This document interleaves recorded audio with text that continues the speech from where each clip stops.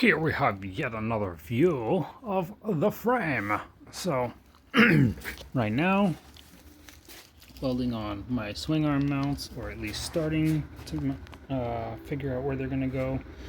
I got this side over here, which I'm going to start with this, and then I'm going to weld up this, well, at least this piece, like we have over here. So this will take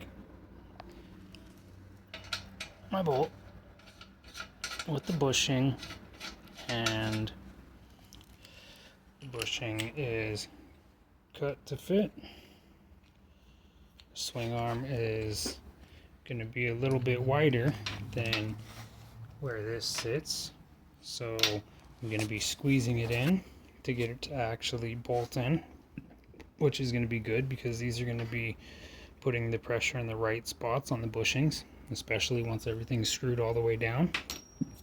So I'm still going to run something from here, probably some rounded tube or some bent tube or something to come in right here, kind of fill in this space. I'm going to get one of those fairings, one of those front fairings that covers right here.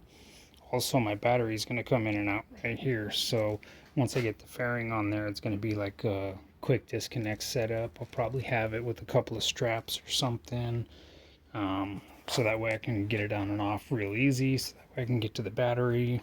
Worst case scenario, if there's some kind of fire or incident, I want to be able to just pull the battery plug and then rip the battery out from the front, as opposed to having to deal with all the suspension components that I was going to deal with coming this way, because I was going to have the battery come in and out there, which that was all going to sit in the way.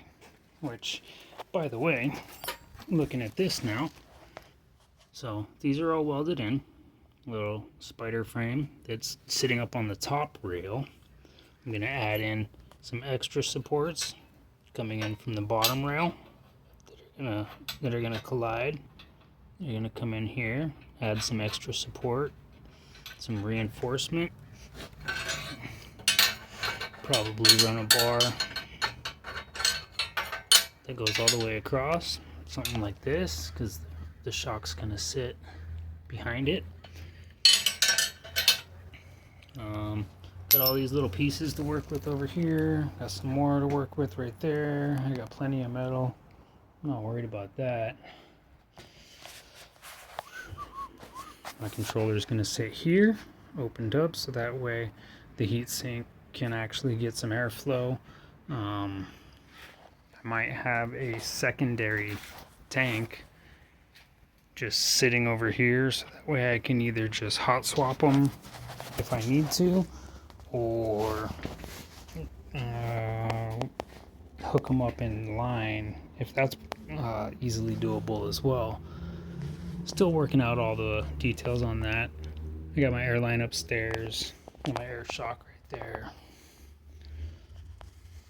Yeah, just coming along. I got to clean up right here, beat these in, kind of weld them in so they're a little more smooth. This feels a little obtrusive right now, but also I don't have the actual seat, so I'm just sitting on the metal. And then I also don't have foot pegs mounted up, so I'm going to set my main foot pegs are going to be up here with my foot brake, and then I'm going to have a secondary set of foot pegs back here for my two up for my passenger. And then I might even run something coming this way and into the support and add a third peg set over here, so that way I can use both of these even if I have a passenger and they can still put their feet up here, because my plan is to be able to actually pick up my son, throw him up in the front of the tank, and my daughter and throw her up on the back seat because she's older, and go pick them up from school, which is like less than a mile away. But it'd be nice to be able to have to do this instead of have to lose my parking space every day.